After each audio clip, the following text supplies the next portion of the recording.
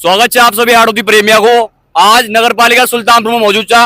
नगर पालिका सुल्तानपुर की व्यवस्था काफी बुरा हाल है और नगर पालिका सुल्तानपुर में चारों मेर कूड़ा को कचरा को ढेर लागे हुए है। चारों तरफ से लोग परेशान है। दीपावली को त्योहार आ गयो, भले अनचौदस कट गई, गणेश चतुर्थी कट गई, मिलादुल नबी कट गया, इतना त्योहार कट गया। सारा ये त्योहार लोगों ने गंदगी में मनाया है पूरी तरीके से और लोग बहुत परेशान है। ये परेशानी देखता है यहाँ जो पीपलदा विधानसभा का जो विधायक है चेतन पटेल जी, वहां ने डिसाइड करो, वहां निर्णय लियो कम हुआ लोगों के साथ खड़े हूँ। नगर पालिका में जो अदना मीना था, जो अन्याय हो रही है बाहर लोगों के साथ, नगर पालिका सुल्तानपुर के साथ बहुत बड़ा अन्याय हो रही है। एक तो बजट ना आयो, काफी सारी यही मांगा के लोग मांगा है, काफी सारी मांगा है। तो नगर पालिका जो सुल्तानपुर में सफाई कर्मचारी है वहां को वेतन ना आ रहे हो। नगर पालिका में जो उमा करते जो कर्मचारी वहां करते एक अभी वेतन कोई ना। तो ये अनिश्चितकालीन धरना बैठ गया है विधायक साहब चेतन पटेल जी। यहाँ से बात करा कागे काय रणनीति है। आज धरना को 200 दिन से अनिश्चितकालीन धरनो जो दे रहे हैं सभी मिलकर कांग्रेस कार्यकर्ता मतलब और विधायक चेतन पटेल जी का नेतृत्व में धरना दिए जा रही है। यहाँ से बात करा जा नगर पालिका सुल्तानपुर की हालत वास्तव में क्यों चाहिए, काय कारण से और इसके लिए कौन जिम्मेदार है और काय प्रयास करेगा यार, प्रयास करना सफल रहा और इसके लिए कौन जिम्मेदार है। सब यहाँ से बात करा जनता को इतना बुरा हाल, नगर पालिका सुल्तानपुर को इतना बुरा हाल क्यों चाहिए बारा में यहाँ काय राइज हो काय हाल से क्यों रही कारण का ये तो आज माँ को आज दूसरो दिन है या दूसरा दिन है अनिश्चितकालीन धरने का। अब बात यूं है कि माँ की लड़ाई तो घनी सारी है। एक तो संविधान का ताई बचावा की, लोकतंत्र का ताई बचावा की, और जब जब यह सरकार आई है लोकतंत्र की तो धज्जियां उड़ाई गई है, संविधान की भी धज्जियां उड़ाई गई है। कशा उड़ाई गई है? या नगर पालिका बन चुकी, यहाँ पर पार्षद है, अब तो 5 गांव हो गया। 5 गांव में जब मेंबर थे वो पार्षद बन गया। कोई बोर्ड की मीटिंग ना इो ना अपनी अबानो तो प्रशासक लागू भी न हो, प्रशासक लागू भी न हो जी का फली मनमर्जी चालू होगी, तानाशाही चालू होगी। तो खबा को मतलब यो है ना तो बोर्ड की मीटिंग हो ना जनप्रतिनिधिया की मीटिंग हो, कोई मीटिंग वीटिंग ना हो, मनमर्जी सो इो अपनी मर्जी सो प्लेसमेंट कर्मचारी के ताई हटा दे बानू हटा दिया 16 कर्मचारी, कोई चर्चा ना कोई काई बात कोई ना वहां के ताई हटा दिया। दूसरी बात 6 महीना को भुगतान रुके हुए हो, प्लेसमेंट कर्मचारियों को तो 8 महीना को और सफाई कर्मचारियों को 6 महीना को जी मैं पीएफ एरियर वेतन सारे ही रुके हुए थे।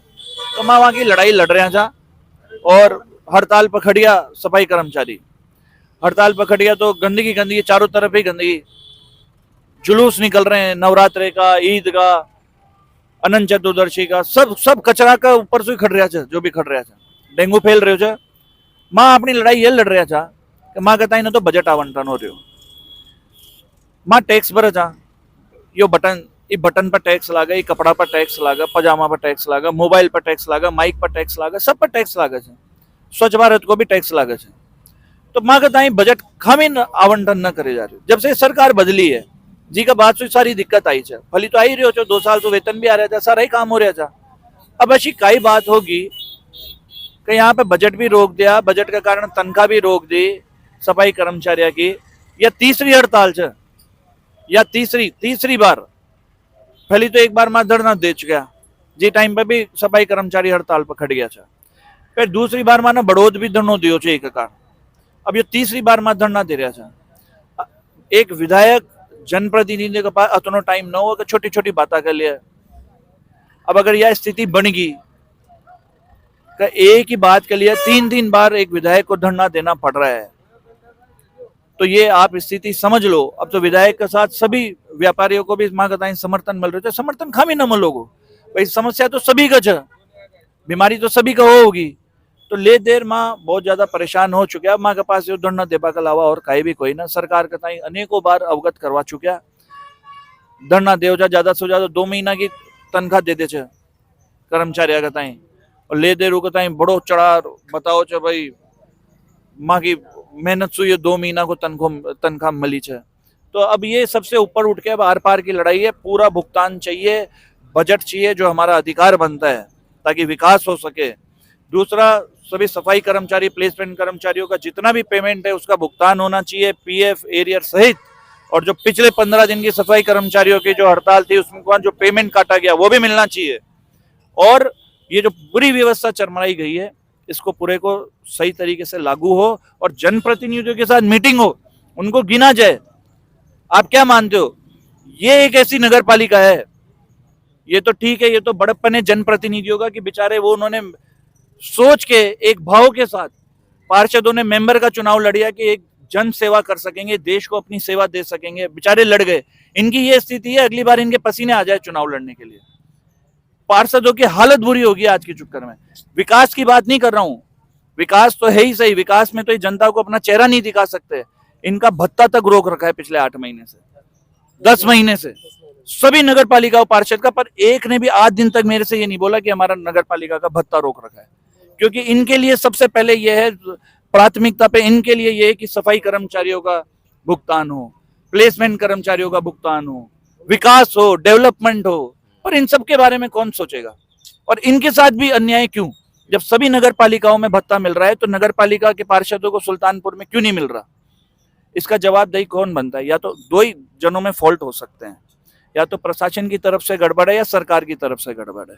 प्रशासन में ईओ बोल रहा है कि मैंने टाइमली यूडी टैक्स दे चुका हूं, तो फिर तो गड़बड़ फिर सरकार के अंदर है।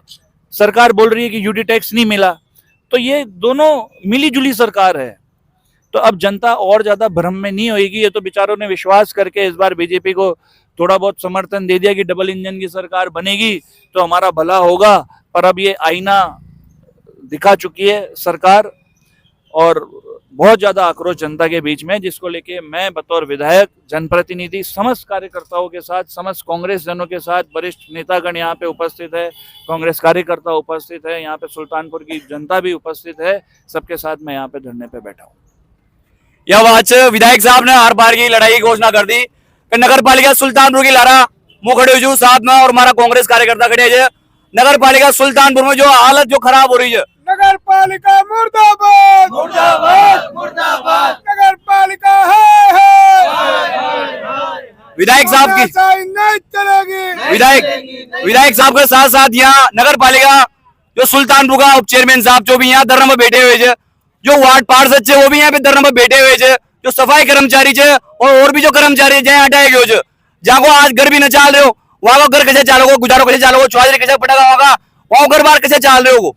ये बात में सरकार सोच रही हो ना कब तक, तो लोगों को यह कि वो जो सबको कहीं हो ज्यादा समाधान न हो, वहां लड़ाई हर बार की जारी रहेगी। ये बहाना बनाकर लोगों को गुमराह किया जाकर ईओ सुल्तानपुर और चेयरमैन सुल्तानपुर दोनों अपनी राजनीति रोटियां सेक रहे हैं, जबकि वास्तविकता ये है कि जो गरीब वाल्मीकि समाज है, जो प्लेसमेंट कर्मचारी है, एक तरह से लगभग सभी बीपीएल में आते हैं, आराम सभी जानते हैं, और एक घर को चलाने के लिए कितने पैसों की जरूरत होती है इनको बेचारों को, 5-5, 7-7, 8-8 हजार रुपए से ज्यादा मिलता नहीं है।